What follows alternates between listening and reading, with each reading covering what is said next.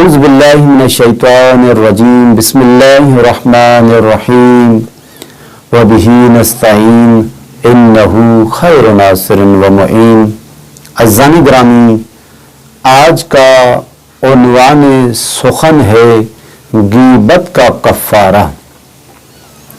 کفارے سے مراد ایک ایسا عمل ہے جو جرم و گناہ کے آثار کو مٹا دے اور پروردگار کی بخشش کا میدان فراہم کرے، اور یہ ایک قدرتی بات ہے کہ ہر گناہ کا کفارہ خود اس گناہ کے مطابق ہی ہوگا۔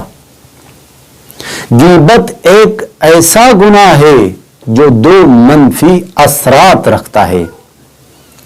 اس میں سے پہلا اللہ کے حکم کی نافرمانی اور اس کی سرکشی کرنا، اور دوسرا اللہ کے بندوں کا دل دکھانا۔ مرحوم آیت اللہ فیض کاشانی غیبت کے کفارے کے بارے میں فرماتے ہیں کہ وہ انسان جس نے غیبت کی ہے وہ شرمندگی اور ندامت کی حالت میں سچی دل سے خداوند متعال کی بارگاہ میں توبہ کرے۔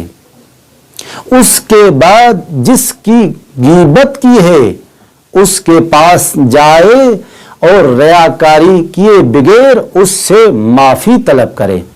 آخر میں خداوند متعال کی بارگاہ میں دعا ہے کہ ہمیں بری صفتوں سے بچنے کی توفیق عطا فرمائے۔ وما علینا الا البلاغ المبین۔